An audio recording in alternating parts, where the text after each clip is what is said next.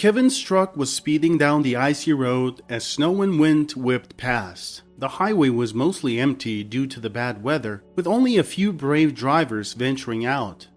Every so often, a car would zoom by and disappear into the thick snowfall. Kevin smiled as he looked at a picture of his wife, Laura, hanging from the rearview mirror. Christmas was fast approaching, and he was eager to get home to spend the holiday with her. He had been away for nearly 2 months, traveling across the country, and was now returning home with a special present for his beloved wife. He reached into the glove compartment and pulled out a small box. He peeked inside and smiled, seeing the gold necklace he had purchased for Laura still nestled inside, shining brightly against the backdrop of Christmas decorations. After tucking the box back into the glove compartment, Kevin pressed down on the accelerator even harder, and the truck let out a puff of smoke as it zoomed past the snowy trees headed towards the city. When Kevin arrived at the truck stop, he parked the truck and walked the rest of the way home. As he walked through the familiar streets, he couldn't help but notice how things had changed since he left for work. In the autumn, people had been gloomy and grumpy, but now, despite the gray sky, the cold weather, and the continuous snowfall, everyone seemed to be smiling and looking at the store windows adorned with mistletoe with childlike wonder. As he reached home, Kevin greeted the neighbors who were coming and going. He even helped a young mother carry her baby carriage up to the 3rd floor. Finally, he reached the door of his apartment and pressed the doorbell a few times before hiding behind the wall, eager to surprise Laura. He eagerly anticipated her reaction, rubbing his hands together in excitement. But as time passed, no one came to the door, leaving Kevin confused and concerned. Perplexed and frowning, Kevin dug through his pockets for his keys and unlocked the door himself. "Hello? Is anyone home?" he called out as he walked into the dark hallway. "I'm home. Surprise, my love." But there was only silence in response. Without taking off his shoes, Kevin made his way through the living room, kitchen, and bedroom, but there was no one there. Dust was settled everywhere, indicating that Laura had not been home for quite some time, possibly a week or more. Kevin grew increasingly worried and took out his phone to call his wife, but it was dead. Frustrated, he tossed the phone aside and ran to the landline phone on the table, where he found a note next to it. "I'm sorry. It didn't work out." He read the note written by his wife's hand. "I realized I deserve more. I met someone else and have found happiness. I wish you the same. Goodbye." Kevin repeated the last word to himself several times before crumpling up the paper and throwing it against the wall in anger. "What does it even mean?" he asked himself out loud as he sat down on the couch. There was no answer. Only Laura, who was God knows where, knew the answer to Kevin's question. After her, only a few things were left in the apartment and the lingering scent of her perfume from the wardrobe. After some thought, Kevin decided to go to Laura's work, a fast food restaurant where they had met 2 years ago. Back then, Laura had just started working there, having recently moved to the city from a small town. She was still getting used to the city and relied on a GPS to get around. It was Kevin who showed her the ropes and helped her navigate the city. They fell in love, got married, and planned to live happily ever after. But now, all that was left of their life together was the crumpled note under the sofa. Kevin quickly got dressed and left his apartment. When he arrived at the restaurant by taxi, he saw Laura getting into a red BMW, the door being held open for her by a well-dressed man. From his large build and bald head, Kevin recognized him as Laura's boss, Sean. He was not a particularly likable person, with various rumors circulating about him. Some said he had been involved in drug trafficking in the past. Others believed he was part of a large criminal organization and had used his ill-gotten gains to open several restaurants after leaving that life behind. Sean was not well respected in the city, despite the fact that many people both respected and feared him due to his wealth and connections. But that didn't matter at the moment. What was important was the kind of person Laura had chosen to leave her honest and decent husband for. After a moment of hesitation, Kevin ran towards the car, but it was too late. The BMW drove away, leaving Kevin standing in the dirty snow as it disappeared down an alley, taking his wife with it. Cursing, Kevin walked away, pulling his hat over his ears and pulling up his hood. He walked quickly down the sidewalk, pushing past the people in his way. He spent several days drinking, his mind caught between dreams and reality. Sometimes it felt like the front door of the apartment was opening, and Kevin would hurry to the hallway, but when he saw that no one was there, he would sink to the floor in disappointment and hit it with his fist. He even thought he saw Laura looking in through the window, smiling at him, which caused him almost fall from the 4th floor as he climbed up on the windowsill to open the window. It's unclear how long he would have continued drinking if it weren't for his elderly neighbor downstairs, who had grown tired of all the noise and came to check on Kevin. "Oh, it's you, Mr. Feist?" Kevin yawned as he opened the door for his neighbor. "What are you doing up this early?" Kevin asked as Mr. Feist looked at his watch and saw that it was 3:20 on Christmas morning. "Well, I came to wish you a Merry Christmas," he said as he nonchalantly walked into the apartment. "I see you've been celebrating for a while now," he observed, looking at the bottles littered in the living room. "I'm tired of this," Kevin said shamefacedly and wiped his red face with a t-shirt. "I don't feel like celebrating. Maybe more like mourning," he continued as he led Mr. Feist into the living room. "My wife left me and I've been drinking. Care to join, Mr. Feist?" Kevin offered, handing him a glass of whiskey. As the neighbor drank, Kevin sat down on the couch and began telling him the chaotic story of how he and Laura broke up and what she wrote in her note. Without any expectation of getting an answer, Kevin asked Mr. Feist, "Was I making good money?" "Hell yeah, I was. Not as much as her new boyfriend, but not too bad either." "Did I take her to Spain?" "I sure did. Gifts? Tons." "I don't know, man. Maybe I did miss something after all. I gave her everything she needed. Or maybe it's because I'm an orphan? Sure, I grew up in an orphanage with no parents, but that's not my fault." Mr. Feist took another glass of whiskey and wiped his mouth with his hand. "That's not it, dear Kevin," he replied softly, shaking his head. "There are fickle women. They swear eternal love to you today, and tomorrow they'll find someone better, and that's it. There are men like that too. A friend of mine was abandoned by his wife and immediately found a new one. And you won't believe it. He dumped her later. Why? For no reason. He said he took revenge. But on who? Only on himself. Now he's also drinking and feeling sorry for himself. People are sure strange creatures." Mr. Feist waited for a moment, looking at Kevin. "I don't know what to do," Kevin suddenly spoke up, his tone serious. "I loved Laura, and she did this to me. Why should I live now? What's the point of living anymore?" "Well, you can just live, for no particular reason," the neighbor replied. "She wasn't the one for you if she left you. Why grieve for her? You should be glad that such a burden has been lifted from your shoulders. It's like if you were drowning and she didn't reach out to help you. Would you still love her after that? God gave this wonderful gift, life. Enjoy it." Kevin admitted that the old man was right and sighed heavily. "I'm sorry for causing you so much trouble," Kevin said, feeling that he was sobering up a little. "I won't be here tonight. I'm leaving town, so I won't bother you on Christmas Eve." Kevin found his clothes in a pile and quickly put them on. He went to the bathroom to clean up. The conversation with his neighbor had a better effect on him than any medicine, and Kevin no longer felt a heavy hangover. Mr. Feist sat for a little longer, then got up and headed for the door. "Merry Christmas," he called out to Kevin, who had closed himself in the bathroom. "Merry Christmas," Kevin called back from behind the door, and then quietly added, "I don't know how merry it will be. We'll see." On Christmas Eve, when families gathered in their cozy homes and raised glasses, Kevin was driving through the snowy highway on his truck. He was so eager to get away from everything that had happened to him over the past week that he didn't pay attention to the ice and heavy snow. The road was empty again. No one wanted to rush anywhere on this magical night, and only Kevin was in a hurry to get somewhere, turning the steering wheel to the right and left and looking in the mirror at the fireworks flying up into the sky. To distract himself, he turned on the music and turned up the volume. The festive song slightly lifted his spirits. He wished himself a Merry Christmas and took a sip from a box of grape juice. To the left, a bright firework shot up from behind the wall of the forest. Apparently someone was celebrating Christmas in nature. Kevin considered this an answer to his congratulations and smiled. Fireworks reminded him of his joyless and difficult childhood, but it was still a childhood. Kevin used to love Christmas very much and looked forward to it every year. Now things were a little different. As he slowed down and wished the people behind the forest a happy holiday, he hit the gas again and soon got lost in the endless snowfall. Kevin returned from his trip 2 weeks later, when the holiday was already completely over. On an early January morning, his truck was slowly but surely moving towards the city, following the stream of cars ahead.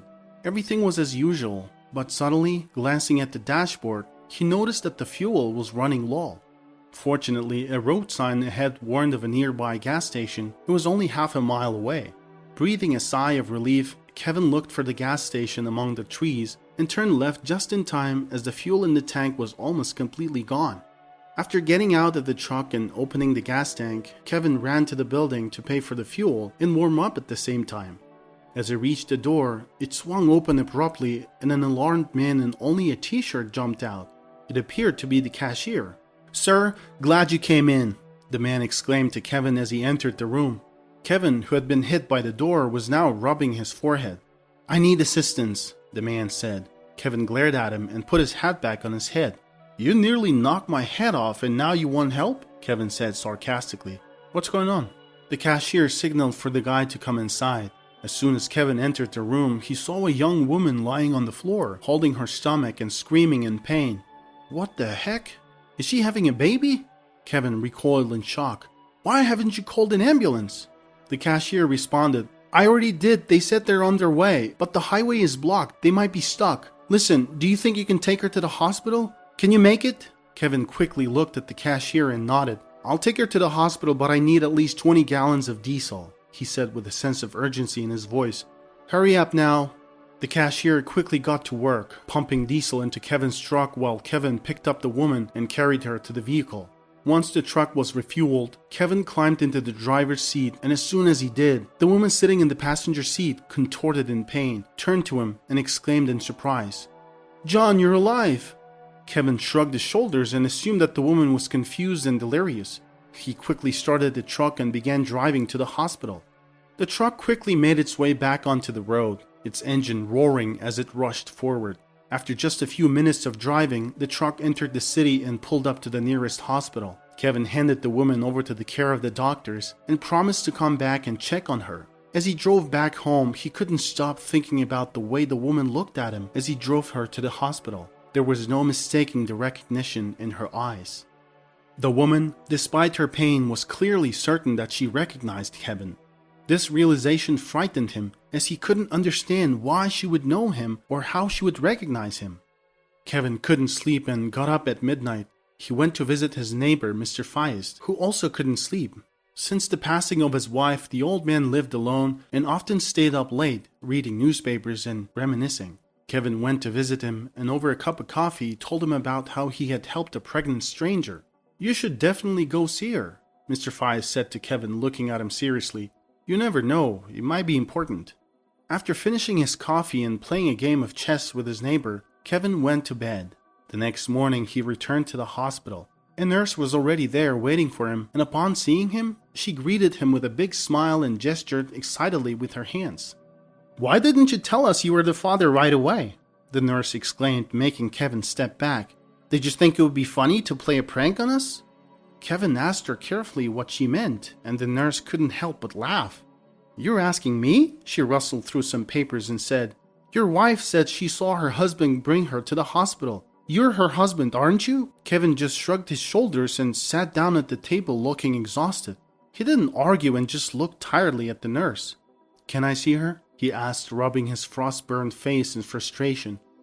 "I just need to ask her something." "Not right now. Christine is resting. She lost a lot of blood during childbirth and was transferred to intensive care. Come back in 3 days and you can talk to her then." The nurse smiled again and looked at Kevin with a playful expression. "Don't worry, you'll get to see your child. It's a cute boy, by the way. He is currently under observation, but that's normal. The doctor said he's doing well," the nurse reassured Kevin. Kevin wiped the sweat off his forehead and nodded. "So her name is Christine," he said to himself. "Well, it's time for you to leave," the nurse laughed again. "You're a strange man, just like my ex," she called out to Kevin as he left. 3 days later, Kevin was finally allowed to see Christine. When he met her near the ward, he didn't know how to start the conversation for a while, and Christine just sat there with her eyes wide open in surprise and couldn't say anything. After a moment of silence, Christine suddenly exclaimed, "Oh, John," and hugged him tightly. "John, darling."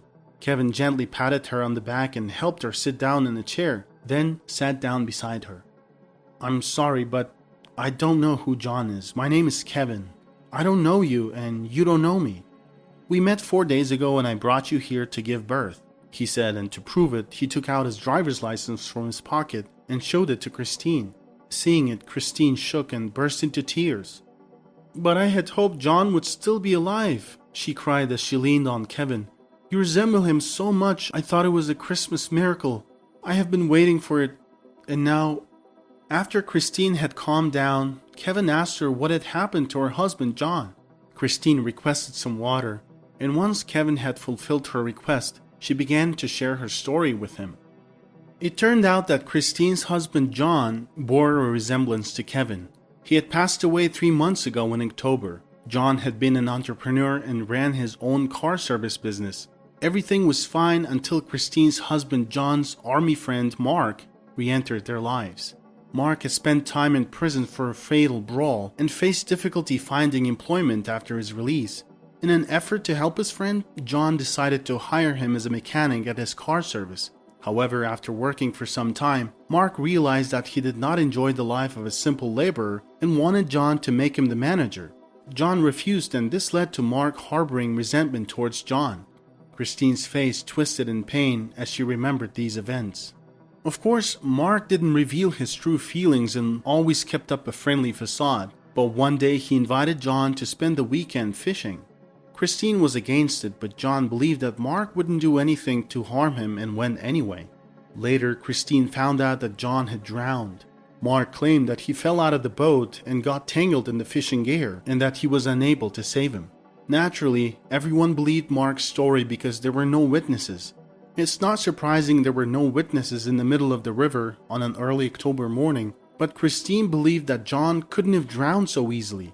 He was a very good swimmer and always wore a life vest. Christine broke down in tears again and Kevin poured her more water. "I'm sorry," Kevin said, lowering his head.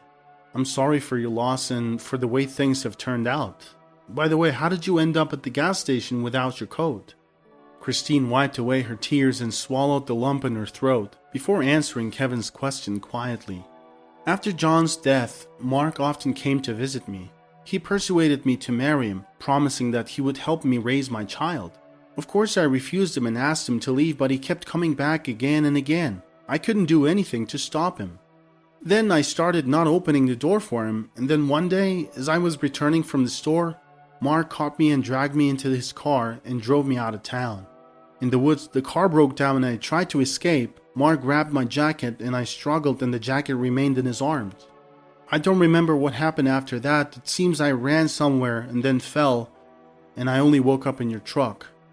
Kevin nodded, satisfied that everything finally made sense to him. He got up, said goodbye to Christine, and walked down the corridor towards the stairs. But as he was about to leave, Christine suddenly called out to him, and Kevin stopped. "When I'm discharged, could you take me home? I have no one else to ask," Christine pleaded. "Of course, I'll pick you up," he said, quickly writing down his phone number on a piece of paper. "Here, call me when you're discharged.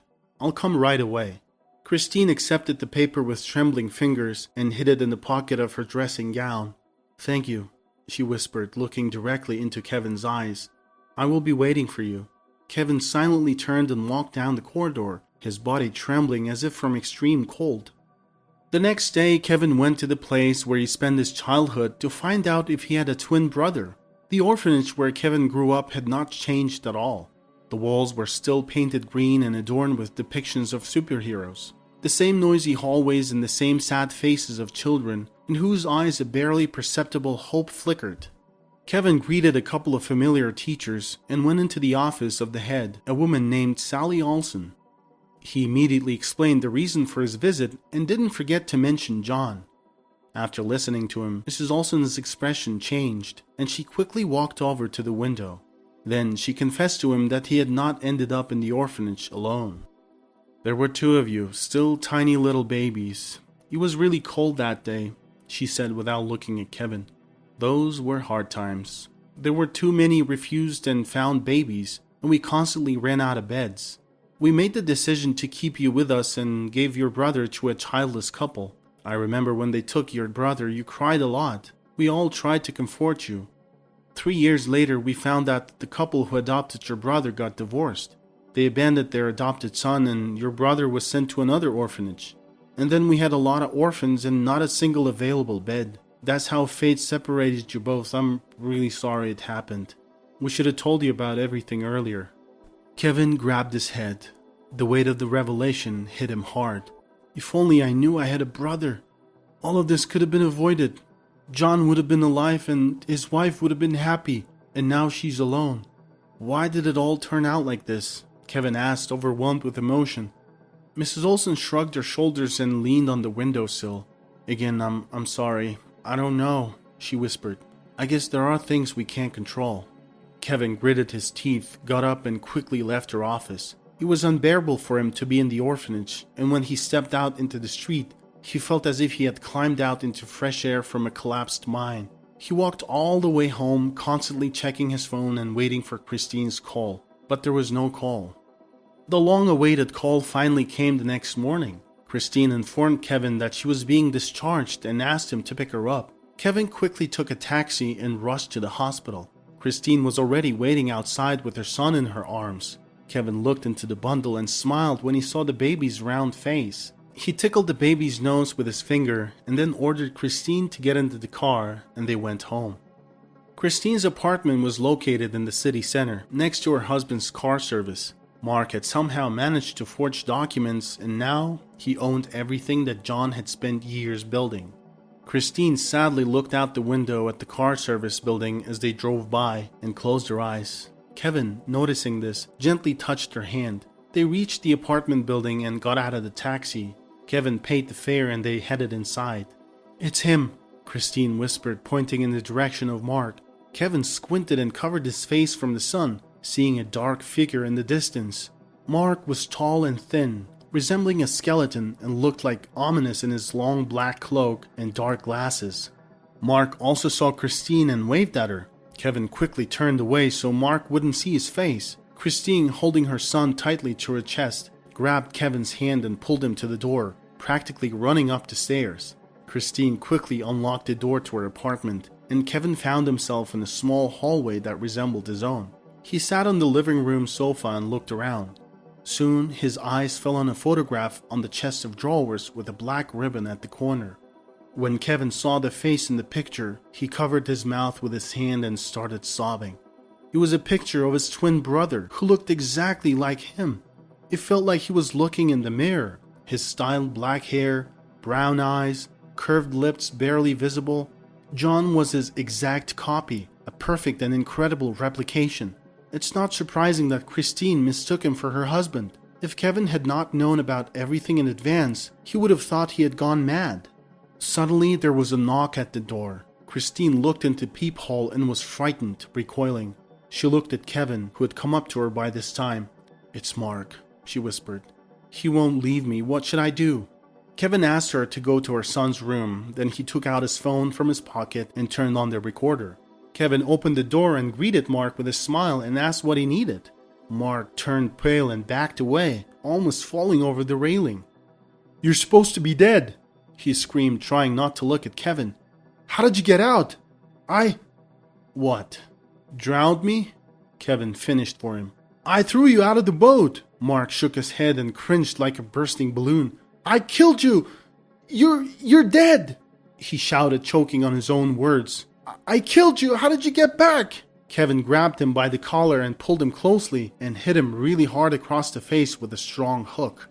I came back for you, Kevin snarled in Mark's ear. Do you think I didn't know what you were doing all this time? He roughly pushed Mark against the railing, causing him to tremble with fear and weep like a child. Then, Mark collapsed to the floor in the entrance and Kevin said, There you go, you've admitted to everything. Why didn't you just do that from the start? It would have been easier for both of us, wouldn't it? Don't you feel relieved? And your life will be much easier now, especially since you're familiar with prison. Leaving Mark lying on the ground, Kevin walked out and called the police. When they arrived, he handed them his phone with a recording of Mark's confession. Mark, who had now regained his composure, told the police in detail about how he believed he had killed John. But it's time you should find out that I'm not really John, Kevin smiled as the police led Mark out of the building. I'm actually his twin brother. Mark's face turned red with anger and he snarled like a mad wolf. I didn't kill anyone, he shouted as he lunged forward. I was just joking, I'm insane, I'm just talking nonsense. One of the officers took hold of Mark's shoulder and kept him in place. You will have the opportunity to explain everything at the station, sir. Let's go. As the door closed behind the police and Mark, Christine, who had come out to investigate the commotion, asked Kevin what had occurred. Kevin told her the whole story and she couldn't help but burst into tears. The investigation into Mark's case took several months, with the main issue being that investigators could not find any witnesses who saw Mark pushing John overboard. This caused delays in the process and threatened the fairness of the trial. Just as Mark was about to be released due to lack of evidence, Kevin, who had been conducting his own investigation, found two witnesses. They were two elderly fishermen who also happened to be on the river that fateful morning and saw Mark disposing of the body. Thanks to their testimony, the court gave Mark a harsh sentence of 12 years in federal prison. During the announcement of the verdict, Christine held Kevin's hand tightly as they sat together. She let out a sigh of relief when she learned that Mark would be spending a significant amount of time in prison. Mark's going to get locked up. I can't believe it's over. Now we need to figure out what to do with the car service. I don't want it to fail and shut down, but I have no clue how to manage it. Do you think you can help me? She directed the question towards Kevin, making him feel compelled to say yes. Sure, he smiled. I'll handle it. I've been wanting to change careers for a while. I guess I was just waiting for the right opportunity. Christine smiled and then subtly pulled Kevin close, kissing him deeply. Kevin didn't hesitate and responded with an even more passionate kiss. They held each other tightly for around 10 minutes, disregarding the cold rain and gusty wind, and shared heated kisses. Half a year gone by and it was time to get ready for Christmas once again. This included decorating the Christmas tree, buying gifts, and making wishes. Kevin and Christine had been married for 3 months, and they lived in both Christine's apartment and Kevin's place. However, they had decided to spend Christmas somewhere different and chose to celebrate it at their old neighbor, Mr. Feist's apartment. They showed up at his place on Christmas evening. Mr. Feist was overjoyed as he watched Christine's young son Alex play with tinsel. The old man couldn't contain his emotions, and Kevin had to distract him by asking him to open a bottle of wine. Well, let's toast to all the good things that have happened and will happen, the elderly neighbor declared loudly. As the festive table was being prepared, Kevin remembered the events that had occurred exactly a year ago. He stood up and smiled at his old neighbor. Without you, none of this would have happened, he said, looking at his glass of champagne. I would have become an alcoholic, lost my job, and never met Christine or been able to help her. So I'm incredibly grateful to you for coming to me and straightening me out 1 year ago.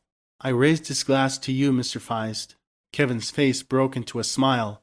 To happiness, he said softly. To our happiness. They all lifted their glasses in unison. No one knew what the next Christmas would bring, but everyone without exception had faith that the coming year would be successful and joyful.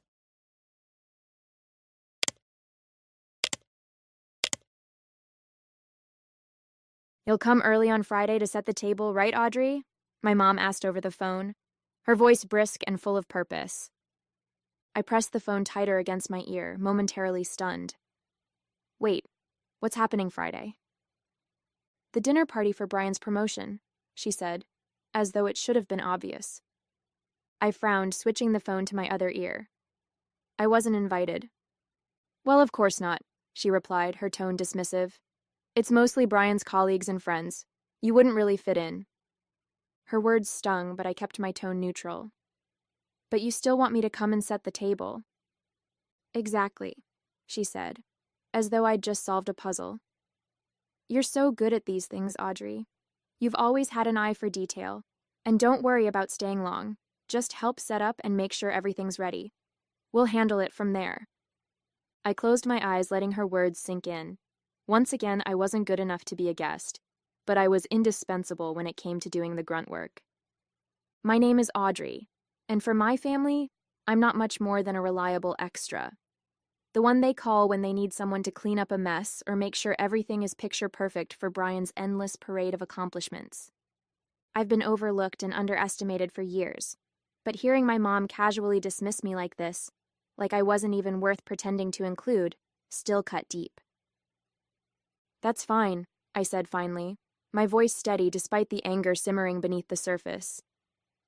"What time do you want me there?" 4 o'clock sharp, my mom said cheerfully. "We'll need time to get the table set, the candles lit, and the appetizers plated. Oh, and could you bring some extra napkins? We might run out." "Sure," I said, forcing a tight smile she couldn't see. "Thanks, Audrey. You're such a lifesaver," she added before hanging up, not even waiting for me to say goodbye. I set my phone down and stared out the window of my small apartment, the frustration building with every passing second. I'd moved out years ago to escape this exact dynamic, but no amount of distance seemed to matter. As I sat there, my phone buzzed with a notification. A reservation app I hadn't used in months popped up with a suggestion: a table for one at my favorite restaurant this Friday night. My finger hovered over the screen, hesitating for only a moment before I tapped reserve. For once, they could manage without me. By Thursday afternoon, my phone was buzzing nonstop. "Don't forget to pick up the extra napkins," one text from my mom read. "Brian's boss is bringing his wife, so make sure the table settings are perfect," came another. Each message made me grip my phone tighter, my frustration growing by the second. They hadn't even bothered to ask if I wanted to help. They just assumed I'd show up like always, ready to work behind the scenes. But this time, I had other plans. Living in my own apartment was supposed to give me some space from their constant demands, and for the most part, it had. But when it came to family events, it didn't seem to matter where I lived or how many miles were between us. I was still dependable Audrey, the one they could always count on to do the things they didn't want to deal with. I sat on my couch, staring at the confirmation email for my Friday night reservation at my favorite restaurant. Part of me felt guilty for booking it. Was it wrong to leave them hanging when they clearly needed help? But then I thought about all the times I'd dropped everything for them, only to be dismissed, ignored, or outright excluded. This wasn't just about Friday night. It was about years of being overlooked. No, I thought, opening my phone to silence their endless messages. This time, they can figure it out on their own. On Friday morning, my mom called. "Audrey, just a quick reminder to be here by 4, she said cheerfully. "We're counting on you to make sure everything's ready before the guests arrive." I hesitated for a beat, then said, "Don't worry, Mom, I'll take care of it." "Oh, good," she said, clearly relieved. "You always know how to make things perfect. I don't know what we'd do without you." "Yeah," I replied softly. "I know." As the day went on, I got ready. Not to help with their dinner party, but for my own night out. I put on my favorite dress, did my makeup, and grabbed my purse, feeling a strange mix of nerves and excitement. When I locked the door to my apartment and stepped into the cool evening air, a weight lifted off my shoulders.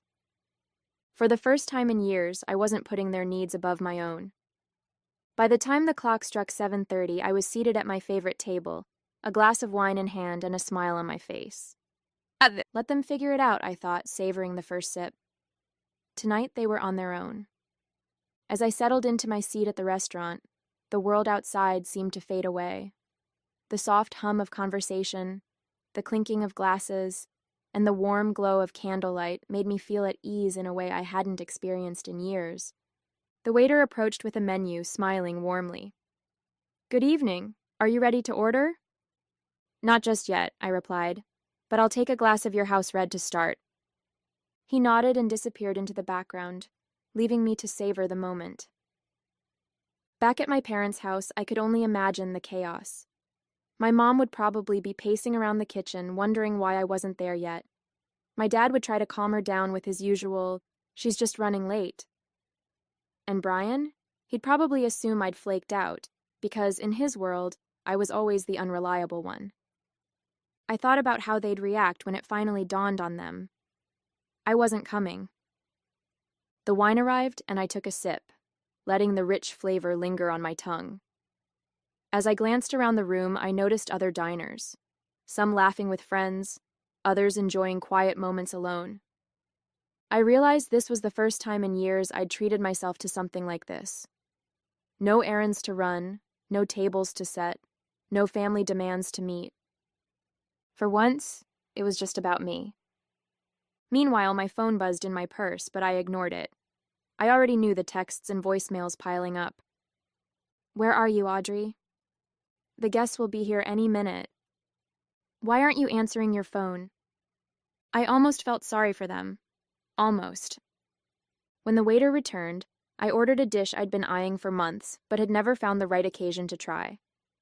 As the meal arrived, beautifully plated and steaming with rich aromas, I couldn't help but smile.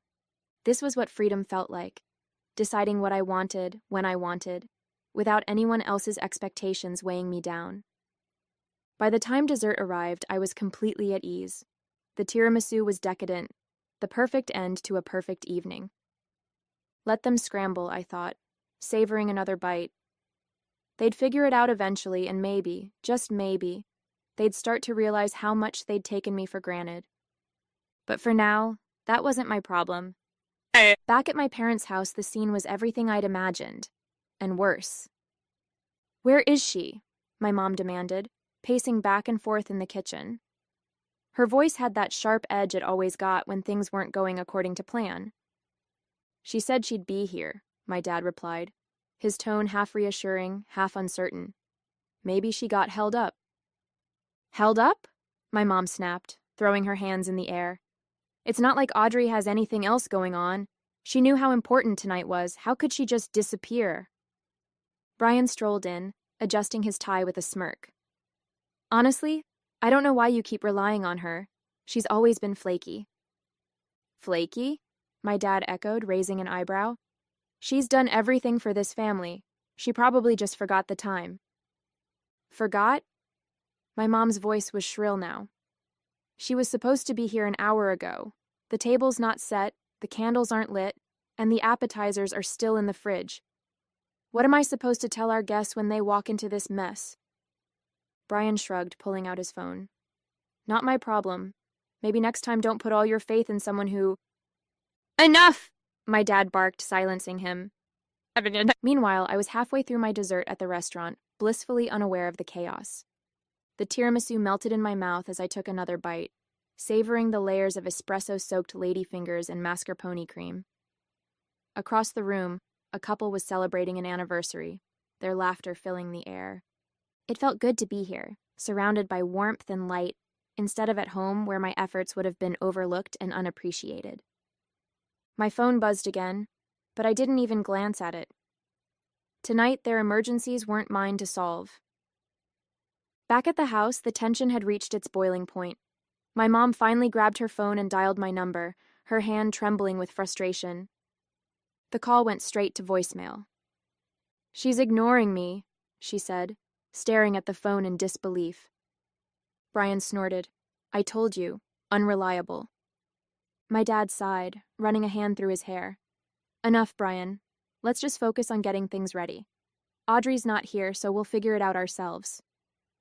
"That's easy for you to say," my mom muttered. "You're not the one who has to explain this disaster to our guests."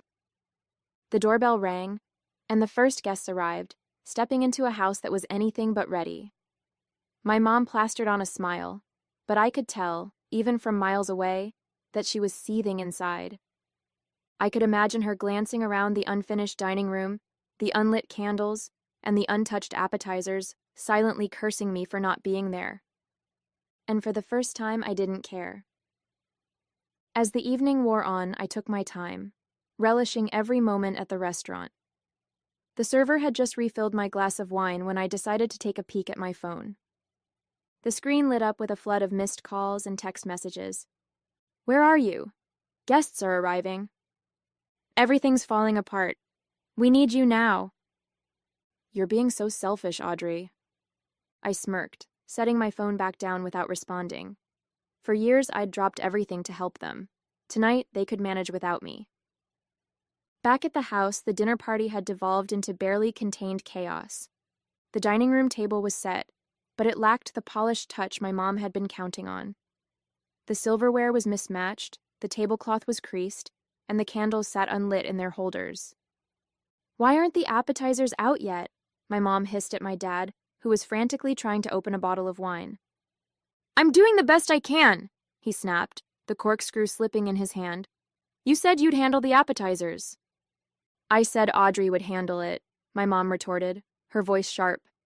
"But she's not here, is she?" Brian, seated at the head of the table with a drink in hand, rolled his eyes. "Just calm down. No one's going to care about the tablecloth or whatever. Can we just start eating?" "Brian, this is your dinner party," my mom said, her face flushing with frustration. "You could at least pretend to care about the details." "Maybe you should have invited someone who actually knows how to throw a party," one of Brian's friends muttered under his breath, loud enough for my mom to hear.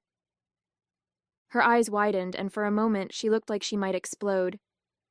While they scrambled to salvage the night, I was indulging in a decadent slice of cheesecake at my table. Across the room, I overheard a couple chatting with the waiter about their travels, describing the beauty of the Amalfi Coast. The conversation sparked something in me, a longing to experience more of life beyond the narrow box my family had kept me in. I made a mental note to add travel to my list of priorities, along with continuing to prioritize my happiness. As the dinner dragged on, my phone buzzed one last time. This time, it was a text from my dad. "We're sorry, Audrey. We shouldn't have assumed you'd handle everything. Can we talk later?" I read the message twice, my emotions a mix of satisfaction and vindication. For the first time, it seemed like they were starting to understand what they'd taken for granted. But tonight wasn't about them. It was about me. With that, I turned my phone off and signaled the waiter for the check. By the time I left the restaurant, the air outside was crisp and quiet, a welcome contrast to the chaos I imagined was still unfolding back at my parents' house. I strolled to my car, feeling lighter than I had in years. For once, I wasn't weighed down by their demands or expectations. Tonight, I had chosen myself, and it felt amazing. As I started the engine, my phone buzzed again. I debated ignoring it, but decided to check. It was another message from my dad. "Dinner's over. Your mom is furious, but I think she understands now. Can we talk tomorrow? Please." I exhaled slowly, a mix of emotions swirling inside me. Was this genuine regret, or just another attempt to pull me back into the role they'd always expected me to play? I put the phone down without responding. Tonight wasn't about fixing things with them. It was about proving to myself that I didn't have to live under their thumb anymore. Back at the house, the fallout from my absence was in full swing. Guests had left earlier than expected, citing early mornings and long drives. The kitchen was a mess of half-empty plates and wine-stained glasses, and the once pristine tablecloth was now crumpled and dotted with spills. Brian had retreated to the living room, scrolling on his phone without a care in the world, while my mom stood in the kitchen, glaring at the disaster in front of her. "This wouldn't have happened if Audrey had been here," she muttered, slamming a plate into the sink. "Maybe," my dad said, leaning against the counter. "Or maybe we shouldn't have expected her to handle everything in the first place." She turned to him, her eyes narrowing. "What's that supposed to mean?" "It means," he said slowly, "that Audrey has done more for this family than any of us give her credit for. And maybe it's time we start appreciating her instead of taking her for granted." My mom opened her mouth to argue, but paused, her expression softening just slightly. By the time I got home, the messages had stopped. I slipped off my shoes, poured myself a glass of water, and sank into the couch, feeling a deep sense of calm. The night hadn't been perfect. It wasn't like one dinner would change years of being overlooked. But it was a step. For the first time, I had set a boundary, and it felt like the start of something better. As I turned out the lights and headed to bed, I thought about my dad's last message. Maybe I'd call him tomorrow, but tonight I was content to let them sit with the realization of what life was like without me holding it all together. Let them figure it out for once. The next morning, I woke up feeling unusually refreshed. No barrage of texts or missed calls greeted me, which was a small but satisfying victory in itself. I brewed a cup of coffee and sat by the window, watching the early sunlight filter through the curtains. For once, there was no weight of expectation hanging over me, no list of chores I was expected to complete. It felt good, peaceful even. By mid-morning, my phone buzzed. It was a call from my dad. I hesitated for a moment before picking up. "Hi, Dad." "Hey, Audrey," he said, his tone unusually soft. "Do you have a minute?" "Sure," I replied, keeping my voice neutral. "I just wanted to apologize," he began. "Last night, we shouldn't have assumed you'd drop everything to help. That wasn't fair to you." I blinked, momentarily caught off guard. My dad wasn't usually one to admit fault, especially when it came to family dynamics. "It's okay, Dad," I said, though my voice wavered slightly. "I've just been feeling invisible lately, like I'm only valued for what I can do for everyone else." "I know," he said, sighing heavily. "Your mom and I talked about it after the guests left. We realized how much we've come to rely on you without ever really acknowledging how much you've done." "That means a lot to hear," I admitted, my chest tightening with a mix of relief and emotion. We talked for a few more minutes before hanging up. It wasn't a perfect resolution, but it felt like a step in the right direction. Later that day, Amanda came over to check in. She'd been my sounding board for years, always ready to offer advice or a glass of wine when things got tough. "So," she said, plopping onto my couch with her usual dramatic flair. "How'd it go? Did the dinner party collapse without you?" "Pretty much," I said with a smirk. "But the real surprise? My dad actually apologized." Her eyes widened. "Seriously? That's unexpected." "Tell me about it," I said, shaking my head. "I think they finally realized how much they've taken me for granted." "Well, it's about time," Amanda said, raising an imaginary glass in a toast. "To Audrey, the unsung hero." As the day went on, I found myself thinking more about my dad's apology. It wasn't everything, but it was a start. I decided to text him later that evening. "Thanks for the call, Dad. It meant a lot. Let's talk more soon." His reply came quickly. "Anytime. We owe you more than an apology." It wasn't much, but it felt like a turning point, a small but meaningful shift in the way my family saw me. That night, as I curled up on the couch with a book, I felt a sense of calm I hadn't experienced in years. For once, I wasn't carrying the weight of their expectations, and it felt freeing. Maybe things were changing. Maybe they weren't. But either way, I knew one thing for sure. I'd never let myself fade into the background again. The following week, I decided it was time to have a proper conversation with my mom. My dad's apology had been a good start, but I knew she was the one who really needed to hear me. I called her on a quiet afternoon. She picked up on the second ring, her voice as brisk as ever. "Audrey, I wasn't expecting you to call. Everything okay?" "Yes, Mom," I said evenly, "but I think we need to talk." There was a pause on the other end. "About Friday?" "Among other things," I replied. We met for coffee at a small cafe near her house. She arrived looking slightly defensive, her posture stiff as she sat down across from me. "Your father said you were upset," she started, skipping any pleasantries. "I wasn't just upset," I said, cutting straight to the point. "I was hurt, Mom. I've spent years doing everything for this family, helping at events, cleaning up messes, running errands, and it's like none of it even matters unless it benefits Brian." She opened her mouth to respond, but I held up a hand. "Let me finish. You didn't even invite me to the dinner. You just expected me to set the table, handle the details, and disappear when the guests arrived. Do you have any idea how that feels?" Her expression softened, and she let out a heavy sigh. "Audrey, it wasn't intentional. We've just always counted on you to help because you're so dependable. You never complain." "That's the problem," I said. "I never complain because I was raised to believe it wasn't my place to. But I'm not just dependable, Mom. I'm your daughter, and I deserve to be treated like I matter. Not just for what I can do, but for who I am." She looked down at her coffee, stirring it absent-mindedly. "You're right. she said finally. "We've been unfair to you. I didn't realize how much we were asking of you without giving anything back." I nodded, feeling a weight lift off my chest. I'm not saying I won't help when it's needed, but I'm done being taken for granted. From now on, I'm setting boundaries. The conversation ended on a surprisingly positive note. My mom apologized sincerely, and though I knew change wouldn't happen overnight, I felt a flicker of hope. Over the next few weeks, things started to shift.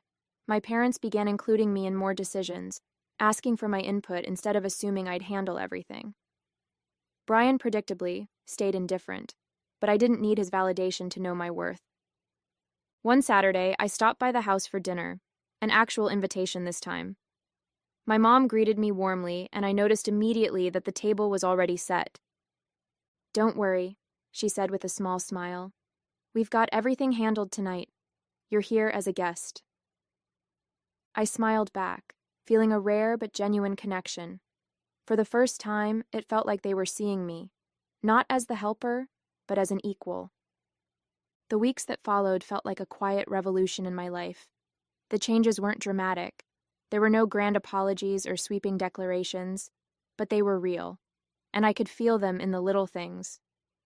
When my mom texted, it wasn't with a list of demands, but with genuine questions about how I was doing. My dad called to check in, not to ask for help. And even Brian, while still as self-absorbed as ever, seemed to tread a little more lightly around me. One evening, I sat in my living room, scrolling through photos from the dinner party my mom had finally shared. The table had been set haphazardly, and the mismatched silverware was hard to miss. For a moment, I thought about how I would have made it perfect. The polished glasses, the neatly folded napkins, the lit candles. But then I smiled, realizing something important. It wasn't my job to make everything perfect for them anymore. They had managed imperfectly, and they had learned what it felt like to rely on themselves. Amanda came over a few days later, armed with takeout and her usual dramatic flair. "So how's life as a boundary-setting queen?" she asked, digging into a carton of noodles. "Surprisingly good," I said with a laugh. "It's weird, though. Now that I'm not constantly running around for them, I have so much more time for myself." "Imagine that," she teased, raising an eyebrow. "What are you going to do with all this newfound freedom?" "I've been thinking about it," I said, leaning back on the couch. "Maybe I'll take that trip I've always talked about. Greece, Italy, somewhere warm and far away." Amanda grinned. "Now that's the Audrey I want to see." Later that night, as I cleaned up the empty takeout containers, I felt a sense of calm I hadn't experienced in years. The version of me who would have bent over backward to make everyone else happy was gone. This new version, the one who knew how to say no, how to prioritize herself, was here to stay. And it felt good. A few weeks later, I got another text from my mom. "We're planning a family gathering next month. Would you like to come as a guest?" I read the message twice, surprised by the wording. There was no assumption, no expectation, just an invitation. I thought about it for a moment before replying, "I'd love to. Thanks for asking." When the day of the gathering arrived, I walked into my parents' house feeling lighter than I ever had before. My mom greeted me warmly at the door, giving me a hug that felt sincere. "Everything's ready," she said with a smile. "Come in and relax. We're so glad you could make it." The dining table was set, not perfectly, but well enough, and the smell of roasted chicken filled the air. My dad was in the kitchen pulling appetizers out of the oven, while Brian lounged on the couch, chatting with some of the other guests. For once, I wasn't rushing around behind the scenes, trying to make everything flawless. As the evening went on, I found myself enjoying the gathering in a way I hadn't before. I laughed with my dad over a silly story from my childhood, shared a glass of wine with my mom, and even exchanged a few cordial words with Brian. It wasn't perfect, but it didn't need to be. Later that night, as I helped my mom bring out dessert, she gave me a grateful smile. "I'm really glad you came tonight," she said softly. "It's nice having you here, just as you are." The words caught me off guard, but I could tell she meant them. "Thanks, Mom," I said, feeling a warmth I hadn't felt in years. When I left the house that evening, the air was cool and quiet. As I drove back to my apartment, I reflected on how much had changed.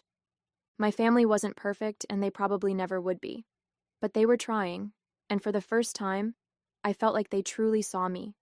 Not just as someone they could rely on, but as a person with her own needs and boundaries.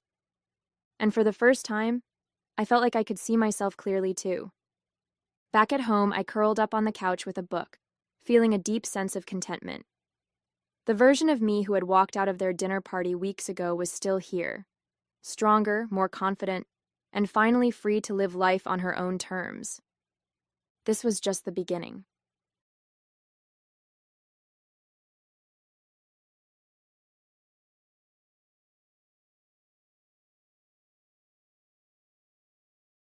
At a small gas station, a young attendant helped an elderly man by paying for his fuel, unaware that this small act of kindness would lead to her unexpected dismissal. The very next day, the elderly man returned with a surprising twist, one that would change her life in ways she could never have imagined. Hello and welcome to Unveiled Narratives. I'm excited to share another story with you, one that I hope inspires, entertains, and keeps you coming back for more. On a busy afternoon at the gas station, Charlotte moved quickly between cars, filling each tank for the waiting customers. As she finished with one, her gaze shifted to the next in line. Inside a worn sedan, she noticed an elderly man glancing around nervously as if he wanted to ask something. Sensing his discomfort, Charlotte stepped closer, offering a warm, reassuring smile. "Is there a problem, sir? Do you need any help?" she asked gently, her voice calm and inviting. The elderly man hesitated, then said in a quiet, almost ashamed voice, I forgot my wallet at home. I don't have enough cash to fill my tank." His words were hesitant, as though admitting it was hard for him. Charlotte's heart went out to him. She could feel the discomfort and embarrassment in his words, but before she could say anything, one of her co-workers, standing a few feet away, heard the conversation and shook his head. "Lost your wallet, huh?" he called out with a loud, mocking tone. "Maybe Santa can bring you some gas."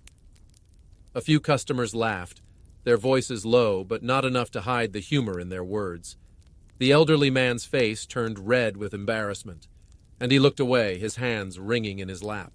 Charlotte could see the hurt in his eyes, and quickly shot her co-worker a sharp look, her expression stern. Without hesitation, she reached into her purse and pulled out the exact amount for his fuel and handed it to the elderly man. With a gentle smile, she said, "It's all right, I've got this. You can pay me back whenever you can." The elderly man looked up, his eyes filling with gratitude. His voice was unsteady as he said, "Thank you. Thank you so much.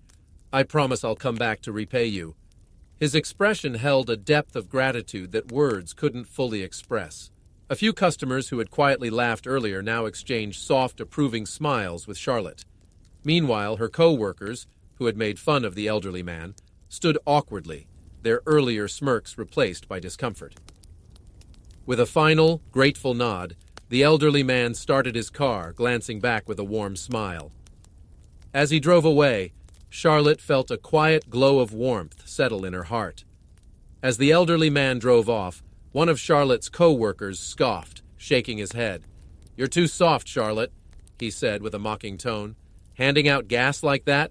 Do you really think he's coming back to pay you?" From a few feet away, another co-worker chimed in with a smirk. "Sure, go ahead and be everyone's hero," she added, her voice laced with sarcasm. "But you're new. You'll learn how things really work soon enough." Charlotte felt their words nibbling at her confidence, but she remained calm, her resolve unshaken. She simply nodded with a polite smile, choosing not to argue. She knew she had done the right thing, and their words wouldn't change that. Ignoring their dismissive glances, she focused back on her work, quietly reassured in her choice. The next day, around the same time as before, Charlotte was busy at the gas station when she spotted the elderly man's familiar sedan pulling up to the pump. Her heart lifted as she recognized him. Nearby, her co-workers who had mocked her the day before exchanged uncertain glances. They straightened up, hints of surprise and discomfort crossing their faces as they watched the elder man step out of his car. With gratitude shining in his eyes, he walked over to Charlotte, holding out a small amount of cash and an envelope. His appreciation was unmistakable as he said, "Miss, I told you I'd come back.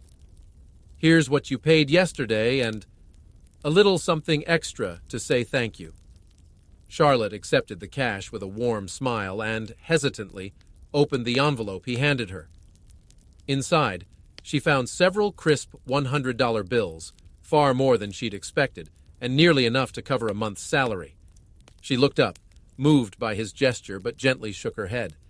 "Thank you so much, but this is more than I can accept," she said, handing the envelope back to him. "I just wanted to help." The elderly man's expression softened, recognizing the sincerity in her refusal. With a warm smile, he introduced himself. "My name's Paul," he said, meeting her eyes with gratitude. "You didn't have to trust me like this, but you did, and I won't forget this kindness." Charlotte smiled back, feeling a deep sense of connection. "I'm Charlotte. I'm just glad I could help you, Mr. Paul." As she handed back the envelope, her co-workers, who had doubted her judgment, now stood silent, their previous smirks replaced with downcast expressions. Some looked away, unable to meet her gaze, embarrassed by their reactions the day before. The elder man gave Charlotte one last thankful nod before he returned to his car and drove away, leaving behind a scene of quiet admiration among those who had witnessed the exchange. Charlotte felt a quiet pride as she turned back to her work, knowing her choice had spoken for itself. When Charlotte's shift ended that evening, she gathered her things, expecting to head home, but her manager called her into his office. As she walked in, she noticed the seriousness in his expression. He motioned for her to sit down. The manager explained that paying for someone else's fuel, no matter how well-intentioned, was a violation of company rules. It opened the door for potential problems. Customers could begin to expect favors, others might start taking advantage, and, worst of all, it could lead to favoritism, which can affect company reputation. "I saw the exchange this afternoon with the elderly man," he began, his voice calm but firm. "I appreciate your kindness, Charlotte. You did a good thing, but—" He paused, choosing his words carefully. "The company policy is clear. We're not allowed to engage in personal transactions with customers." Charlotte's heart sank as she listened, a sense of dread settling in. She had never thought her small act of kindness could cause trouble. "I'm sorry, but I'm going to have to let you go," the manager said, his voice soft but resolute. Charlotte whirled, seemed to stop for a moment. "I understand," she whispered, trying to hold back the tears that were welling up in her eyes. She stood up slowly, unable to find the words to respond. As she passed through the door, the tears she had fought so hard to keep in finally fell. She wiped her eyes quickly, but the weight of the situation was too much. She had done what she thought was right, but now she was left with nothing but the quiet sadness of knowing that doing good had cost her everything. After losing her job, Charlotte found herself overwhelmed with worry. She had left her home state and the comfort of her family to come here, moving for a chance to earn a degree, a future she could be proud of. Working at the gas station had helped cover her rent and some basic expenses. She immediately started searching for work again. Each morning, she pored over job listings, sent out resumes, and followed up on applications. Her thoughts were consumed by the growing worry of how she would cover her college tuition and other expenses. One afternoon, Charlotte heard through a mutual friend about a part-time job opening at a nearby convenience store. Grateful for even the smallest opportunity, she applied right away and soon secured the position as a cashier. But the pay was minimal, just enough to cover her rent and groceries. She was still far from having the funds she needed for tuition, and with each passing day, the possibility of having to leave college weighed more heavily on her. One morning, as Charlotte sat in her small apartment, her mind wandered to how she would manage her upcoming tuition fees. Just then, her phone buzzed with a new email notification. She glanced down, expecting another bill reminder, but instead, the subject line read, "Education Sponsorship." Confused, she opened the email, half wondering if it was some sort of mistake. But as she read through it, her heart skipped a beat. It wasn't a standard scholarship. It was a personalized education grant, covering her tuition fees for the semester and even providing a modest living stipend to ease her financial stress. She read the message again and again, her disbelief turning to relief. Then she noticed a line at the end, sponsored by a private donor who wishes to remain anonymous. She sat there, speechless, grateful yet mystified by this unexpected kindness. As she contemplated the unexpected blessing, a knock at the door interrupted her thoughts. She opened it to find Mr. Paul, the elderly man standing there, his familiar smile a comforting sight. He greeted her warmly, though there was a hint of something heavier in his eyes. "Charlotte," he said softly, "I've been thinking about you. I heard what happened at the gas station. I wanted to come by and make sure you're all right." She nodded, a small smile forming on her face. "I'm okay," she replied. "I did what I thought was right. I have no regrets." Mr. Paul's eyes filled with concern. "I feel responsible for what happened. I went back to the station a couple of days after our last meeting, but you weren't there. I asked around and found out you were let go because of what you did for me." He paused, his expression pained. Charlotte's heart sank, but she quickly shook her head. "It wasn't your fault. I helped because I wanted to." But the elder man didn't seem convinced. "Still, I can't help but feel guilty. So I decided to do something for you." He reached into his coat and pulled out an envelope, handing it to her. "This is for you." Charlotte took it, still unsure of what to expect.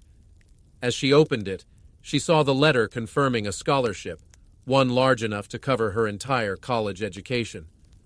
This is too much," she whispered, overwhelmed. Mr. Paul gave her a soft smile. "I'm just returning the favor.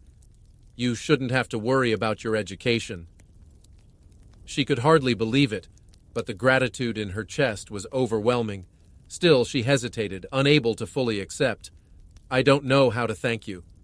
Mr. Paul placed a reassuring hand on her shoulder. "You don't need to thank me. I'm only helping because you deserve it." Before she could speak, Mr. Paul reached into his coat once more. This time he pulled out another letter, this one sealed with the emblem of his business. "I've been working on a new business venture, Charlotte," he said, looking at her with a softness in his eyes, as if he truly understood the weight of her struggles. "I've run many businesses over the years," he began gently, "but this one is different. It's a new venture, and I need someone I can trust to help make it a success, someone with a kind heart like you. I'm offering you a position as my business assistant. You'd be helping with operations and managing important tasks." Charlotte's mind whirled. "A job?" He nodded. "Yes. I believe in you, Charlotte. This isn't just about giving you money, but about offering you a chance to build something for yourself." Her mind was still catching up to the whirlwind of surprises, but despite the shock, there was a quiet warmth in her heart. The man who had been a stranger just weeks ago had now given her both a future and a way to stand on her own. She looked at the two letters in her hands, a scholarship and job offer, and felt overwhelming emotion rise in her chest. As Charlotte settled into her new role, she was surprised by how much there was to learn, and by how patient Mr. Paul was with her. He took time each day to walk her through tasks, guiding her with a warmth that went beyond any typical mentor. It felt like he wanted her to succeed, not just for the business, but for herself. Sometimes, as they worked side by side, he'd share stories from his years in the industry. His words were filled with hard-earned wisdom, and she felt deeply grateful to learn from someone with so much experience. Every story, every lesson, felt like he was passing on a part of himself. Over time, Charlotte's dedication and growth didn't go unnoticed. Mr. Paul, who had watched her learn and thrive with quiet pride, began to trust her with more responsibilities. Little by little, he handed over the reins, confident in her abilities and assured by her integrity. One day, in his unassuming way, he shared his plan to fully step back, leaving her to lead the company. Charlotte was overwhelmed, her heart swelling with gratitude and purpose. She knew that this trust was a gift, a responsibility she would honor. What began as a brief connection had transformed into something much deeper, something that felt like family.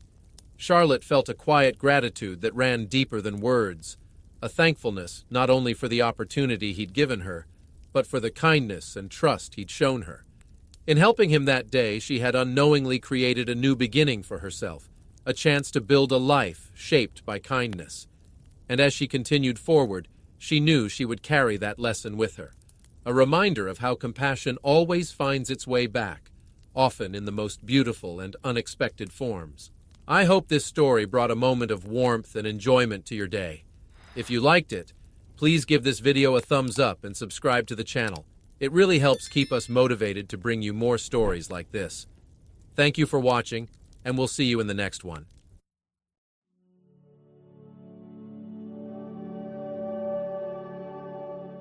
Despite the heavy rain, Tom paid it no mind and instead focused on driving to his important client. He increased the speed of the wipers to improve his visibility on the road. A question persisted in his mind. What have I accomplished in my life? He struggled to recall any happy memories at that moment, feeling weighed down by the exhaustion of working as a cab driver, coupled with the constant pressure from his irate manager. From the very beginning of his employment with the company, Tom's manager had never taken a liking to him. This was perhaps the reason why he had been assigned an old cab that sounded like it needed maintenance a long time ago. As he sat at a traffic light, Tom couldn't help but question his life choices.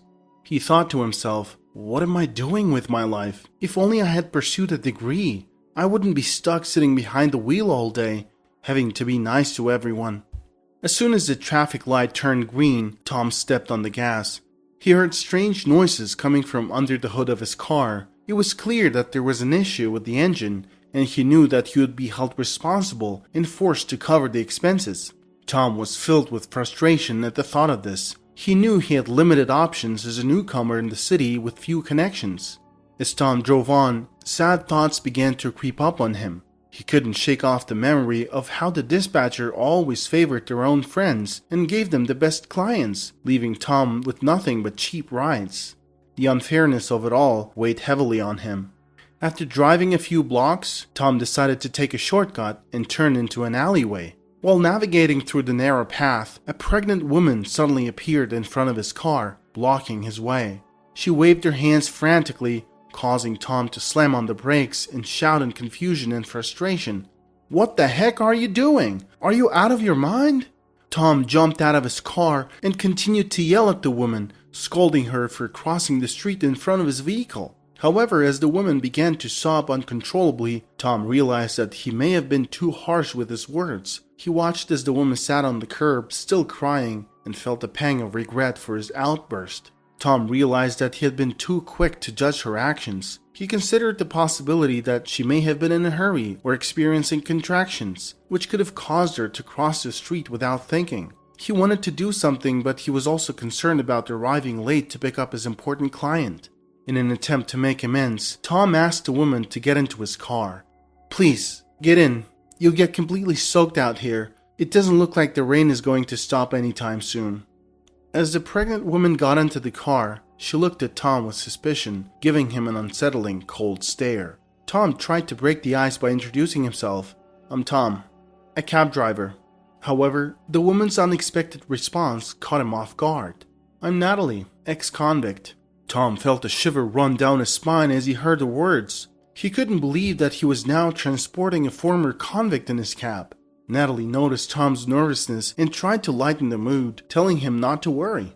"Relax, I said I was an ex-convict. There's nothing wrong with that, unless you think women can be criminals."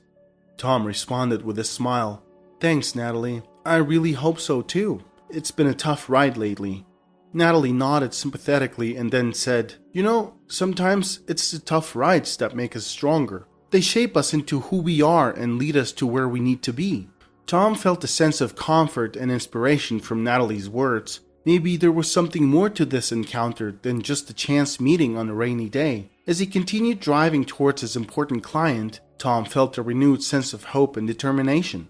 Despite the circumstances of his upbringing, Tom had become accustomed to handling things independently and was not overly concerned about his current situation. He had spent his entire life without the support of his parents and had grown up in an orphanage where he did not receive affection from caregivers or develop close relationships with peers. This upbringing had taught him to manage things alone and without the aid of friends or family. Tom was raised in a small-town orphanage and had no knowledge of life beyond its confines. He aspired to leave the place someday and seek a welcoming and affectionate environment. However, he was unsure where to go since he lacked information about his relatives, and even if he had any, they seemed indifferent to him. Tom was told that he was abandoned as a baby, so he didn't feel the need to search for any relatives. His longing for love was merely a childhood fantasy. He took advantage of the free driving school offered by the orphanage and obtained his driving license, knowing that it would be his main source of income. After leaving the small town, Tom relocated to a city in hopes of finding a job and settling there. Despite visiting various employment agencies, he was only able to secure a position as a cab driver with a conceited boss, Mr. Garcia. Tom didn't voice his discontent with the job, but he despised the idea of encountering his boss at work. One day, during working hours, the president of the company, who usually stayed away from the office and was often seen with his family, paid a visit. Tom admired how the president, Mr. Wilson, carried himself in public. Despite his high position, he was modest and respectable. The employees were discussing the purchase of oil for the cabs when Tom mentioned that he had knowledge about oils. This was because he was assigned a car with an oil leak and he had to frequently top up the oil, giving him insight into the matter. The president noticed it and smiled at Tom. "What's your name, son?" Mr. Wilson asked. "My name is Tom Higgins, sir. I'd like to have a word with you after the meeting. Come to my office." From then on, Tom and the president were often seen chatting and laughing, but this made the manager, Mr. Garcia, jealous and he sought revenge. However, Tom had done nothing wrong and was doing his job well, so there wasn't much the manager could do to punish him. Tom was sitting behind the wheel and driving his pregnant passenger, God knows where. He was anxious about the important client that was waiting for him. It was someone Mr. Garcia asked to make sure he picked up on time. Tom stopped thinking and decided to pass the time faster as he drove through the traffic. He turned to his passenger and said, "That's quite a baby bump." "Yeah, I'm expecting next month," she smiled. "I feel like I'll never see my babies," Tom sighed. "Why do you say so?" Natalie asked. "I've seen so much injustice that I just can't trust people anymore." They rode in silence for a while and Natalie spoke up. "Well, your whole life is ahead of you, and you just have to believe something. All it takes is a wish to change your life," she said and fell silent again. Tom felt a surge of nostalgia and a wave of emotions hit him. He couldn't pinpoint any specific memories that made him feel nostalgic, but it was something that arose after hearing Natalie's words. The idea of making a change in his life suddenly felt appealing to him after a long time. He couldn't remember the last time anyone had encouraged him to have faith and pursue his wishes. He felt a sense of positivity and grinned, catching Natalie's smile in the rearview mirror. "Thank you for your kind words," Tom said. Natalie smiled and offered to pay for the ride once they arrived at their destination. When she told Tom the address, he let out a deep sigh, realizing it was quite a distance. But he reassured her, saying, "Don't worry about paying. I'll take you where you need to go. I understand that you may not have the money to pay up front. I've had passengers before who said they would pay at the end of the ride, only to disappear without paying." Natalie nodded and replied, "Sure, I understand. And no worries, I didn't mean to snap at you. It's just that sometimes people judge me based on my past and it's frustrating." Tom nodded and apologized again for making assumptions. The rest of the ride was quiet, but the tension between them had dissipated. Tom quipped, "Looks like we're at a bank. I hope you're not here to rob it." He kept his promise and didn't charge her for the ride, taking into consideration that she recently got out of prison and probably had other expenses to cover. As soon as he merged onto the highway, Tom felt a sinking feeling in his stomach as he realized he would be late for the pickup now. He knew Mr. Garcia would be furious with him for being tardy, and he fretted that he might be reported to the president and subsequently fired. When he finally arrived to pick up a man in a suit, the passenger gave Tom a stern look and checked his watch before staring at him through the rearview mirror, but didn't say anything. Tom was certain that he would be reported for his lateness. When Tom arrived at the office in the evening, he found Mr. Garcia in a state of fury. "You were late for the pickup," Mr. Garcia shouted. I apologize, Mr. Garcia. The traffic was terrible and my car was having some issues, Tom tried to explain. Mr. Garcia didn't want to cut to the chase. He wanted to indulge in his ego, and he took his time redoing his tie while looking at himself in the mirror. The silence was unbearable for Tom. You know that the cab has a satellite tracker, right? I just love that piece of gadget. It makes my job a lot easier. What are you talking about, Mr. Garcia? Tom looked bewildered. He genuinely had no idea that there was a tracker in the cab. I'm talking about the route you took. That was quite a detour. Mr. Garcia chuckled. What did you do at the bank? Did you deposit the millions you're earning? Mr. Garcia kept pushing. Tom was frightened. He was wondering if something bad happened at the bank, if he was really robbed or something. Mr. Garcia, did anything bad happen? Tom asked. That's bad enough to punish you, Mr. Garcia replied. I'm just wondering how I can do that so that you remember it for a while. He smiled. Can I pay a fine instead? I promise it won't happen again, Tom pleaded. You have the guts to tell me what to do now, huh? Mr. Garcia frowned. You can get your stuff from the cab and get the heck out, he yelled out. Sir, I've always taken the cheap rides and never complained. I did my job well. Please don't kick me out now. I was just giving a ride to someone in need. She was pregnant. Tom started to explain, but Mr. Garcia cut him off. Enough of your fairy tales. I don't care what you did. You were doing your personal things and that doesn't fly in this company, he replied. This week's paycheck will go to cover the losses. Mr. Garcia finished and walked out. What losses, sir? Tom didn't get any answer. He didn't know what to do. He thought of what Natalie said about changing your life. This wasn't what he expected. He headed to the parking lot to retrieve his belongings from the cab, and while he was gathering his things, he spotted a flip phone lying on the backseat. Assuming one of his passengers had left it behind, he picked it up, planning to return it to its rightful owner when they contacted him. As he wandered through the windy streets feeling lost, he pondered what the future held for him. Without any other skills or connections, he was unsure where to begin looking for a new job. Standing at the bus stop, he felt a sense of loneliness amidst the bustling city. Eventually, he arrived home late at night, exhausted. After fixing himself a sandwich, he heard a knock at his door. Puzzled, as he wasn't expecting any visitors at that hour, he wondered who it could be. When he opened the door, he realized it was an old lady who lived next door. She was panting. Hi, I'm sorry for bothering you this late. Could you help me get my kitten from that tree over there? She asked, breathing heavily. Tom was amused at how many weird things were happening today. He quickly got dressed and went outside. He didn't ask any questions and went climbing up the tree right away. What's her name? Tom shouted from the tree. It's Amigo, Mrs. Bennett shouted back. He located the meowing kitten and cuddled it. Mrs. Bennett was looking up from the ground, beaming. God bless you, Tom. Thank you so much. She was really happy. Then she invited Tom to her apartment. I'm sorry for waking you up this late, and again, thank you so much. She kept thanking him profusely. You probably have to wake up early for work. It's all good, Mrs. Bennett. I wasn't sleeping. I actually got fired from work today, and was about to have my dinner, Tom replied. Oh, I'm so sorry to hear that. Hold on, I've got some stew for you. Mrs. Bennett went to the kitchen and started to put the food on the plate.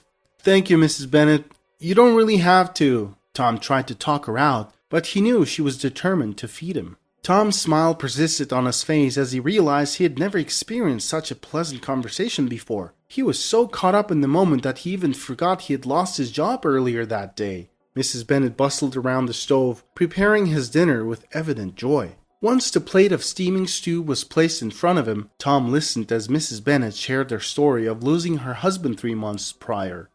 Although the couple had never had children, they had been happily married for half a century.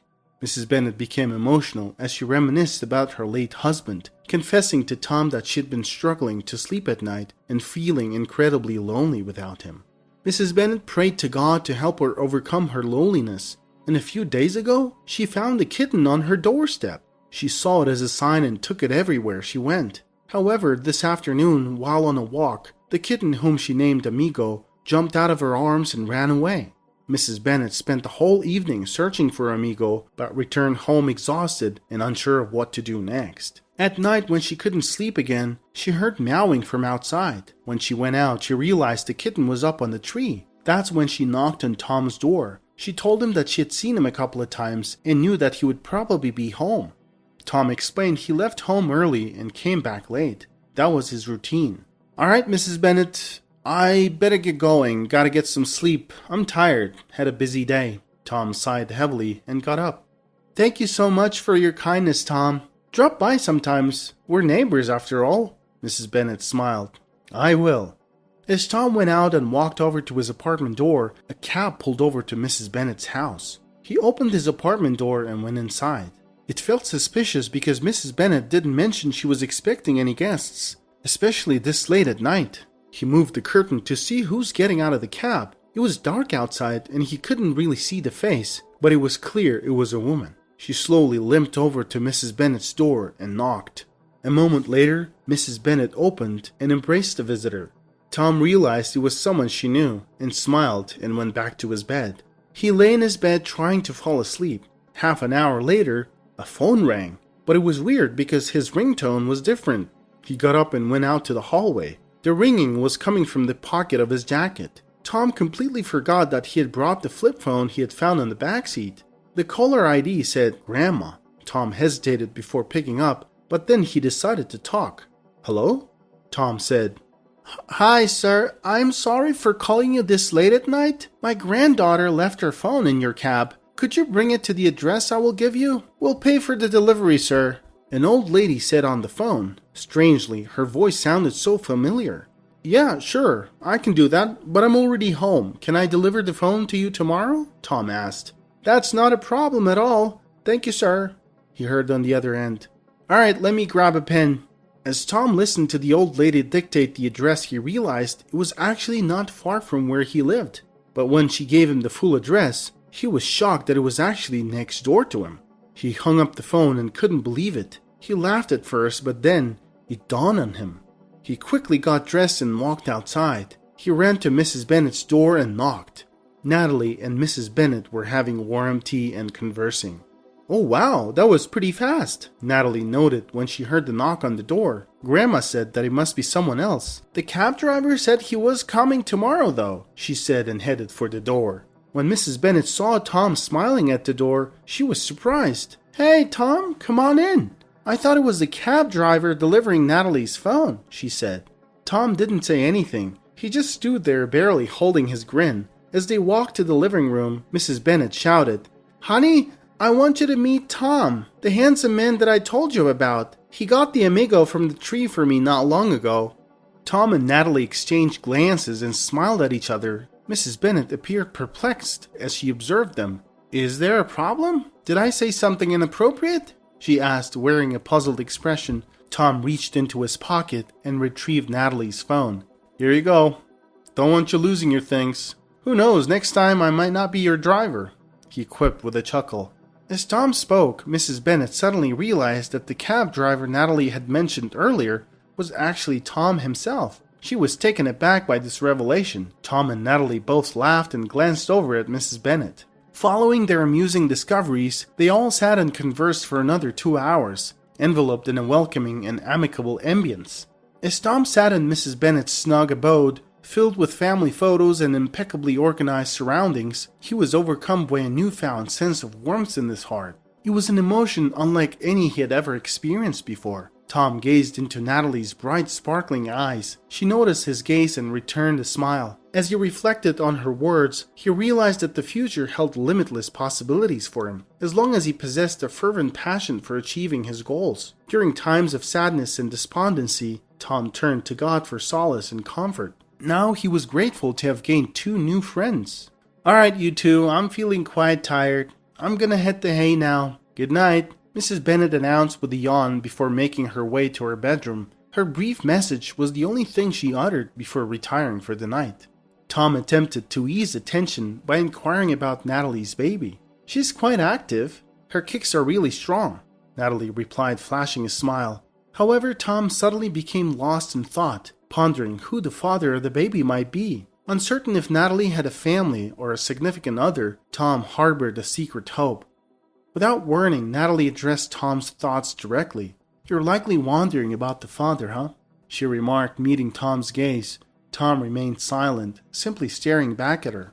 Natalie shared that her life story was quite fascinating. She revealed that she had dated a man who turned out to be a drug dealer, but she was unaware of it. One day, the police raided their place and the man escaped and never returned. Despite her claims of innocence, she was convicted of drug dealing and sent to prison. However, she was released early due to new evidence. She was already pregnant with her ex-boyfriend's child by that time, but had never seen him again.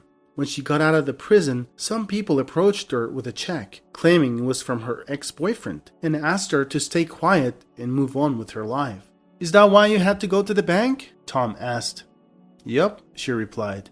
"No wonder you forgot your phone," Tom joked. "I knew you would say that, but no, he didn't give me millions. I didn't really expect a lot either. I was actually content with what I had in my belly." Natalie smiled and softly rubbed her belly. "Where are your parents?" Tom asked. "No idea. They left me at the orphanage when I was like 10 months old," she said. Tom was taken aback by this sudden revelation. He felt like there were too many unexpected developments for one day. He said he better go get some sleep and leave some room for revelations tomorrow. Tom woke up at noon to a knock on his door, where he found Mrs. Bennet bringing in some pancakes Natalie had made earlier. While they ate, Mrs. Bennet shared with Tom that Natalie used to live in the building's apartments and had no parents, so she was drawn to them. Tom's loneliness had disappeared entirely. He felt that God had blessed him with so many people in just one day. He wasn't upset about not having a job. Instead, he felt grateful for everything he had. Tom cared for Natalie until she gave birth to a beautiful baby girl. When they were deciding on names, Tom suggested Destiny, and they all loved it. Tom did everything he could to help, from running errands to taking care of the household. He worked as a delivery man for a courier company, which was enough to get by. Tom didn't need much, as he was content just spending time with his dear neighbors. Tom and Natalie had been in a relationship for 6 months now, and their daughter Destiny was growing up quickly. Tom couldn't believe that he had gotten everything he had wished for. Eventually, he decided to propose to Natalie, and they got married. They didn't have a grand wedding celebration, but they drove up to the mountains with Mrs. Bennet accompanying them and had a lovely, intimate event. Several years had passed, and now Destiny was a little girl who could walk and play on her own. One day, Tom and Natalie were sitting on a bench discussing what to name their son, while Destiny played in the sandbox nearby. Suddenly, a man wearing a suit and sunglasses walked up to her, trying not to attract attention. "Hey there, little one. Can I play with you?" the man asked as he approached Destiny. She looked up at him and handed him a toy truck. Natalie and Tom remained cautious as the man played with Destiny in the sandbox without saying a word. They assumed he was just another parent at the park. However, the man eventually stood up and approached their bench, where he stopped and gazed at Natalie. "Can I help you?" Tom asked. "Tom, right? Nice to meet you." The man shook his hand. He then removed his sunglasses, and Natalie was surprised to see that it was her former boyfriend. "I know what you had to go through because of me," Cyril said. "Thank you for keeping the baby," he said, and asked Tom to step aside. "You did a great job. In the world I come from, that earns you respect. See, I'm not a perfect person. I'm not proud of the things I've done, but I've always been grateful for the blessings that come my way," Cyril said. After that, Cyril handed Tom an envelope and, without any further words, left. The envelope bore the message, "Wishing you all the best. Thank you, and good luck." Tom hesitated for a moment before opening the envelope, only to find a check worth $100,000 inside. Tom returned to Natalie with the envelope and gave it to her, and she was in disbelief. She hadn't anticipated or desired this outcome, but now she was content with how things had turned out. Tom worked tirelessly as a delivery man for 5 years without ever complaining. His boss appreciated his work ethic and called him into his office one day to express his admiration. He said, "Tom, I've seen many people come and go, but you've been with us for nearly 5 years. I've never heard you ask for a raise or promotion." Tom smiled and replied, "Thank you, sir. I enjoy what I do here, and I'm grateful for what I'm earning." The boss took off his glasses and asked, "Tom, would you like to try management? I need hardworking people like you in the department." "I don't mind at all, sir. I will do my best." Tom was walking through the hallway, a big smile on his face. The next day he was sitting in his office when a man walked in. The man said he was sent from the hiring department and explained that he had recently been transferred from a different branch and was now one of the truck drivers. Tom looked at the man and asked to fill out the form. 5 minutes later, the man handed back the form. Tom read the last name and looked at the man. Mr. Garcia? Is that you? Tom was surprised. I'm sorry, do I know you? Mr. Garcia asked. I've worked under your supervision as a cab driver, remember? Tom reminded him.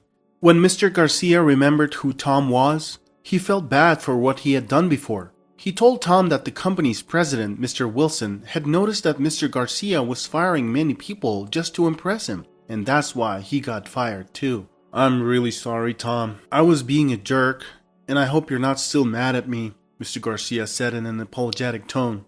No, sir, not at all. I may have lost something, but I gained something bigger, Tom replied with a positive attitude. After the conversation, Mr. Garcia learned that Tom had been promoted to a higher position in the company and was now in charge of the department where Mr. Garcia was working. Initially, Mr. Garcia felt uneasy about the situation, considering his past behavior towards Tom. However, he decided to put his best foot forward and work hard to make things right.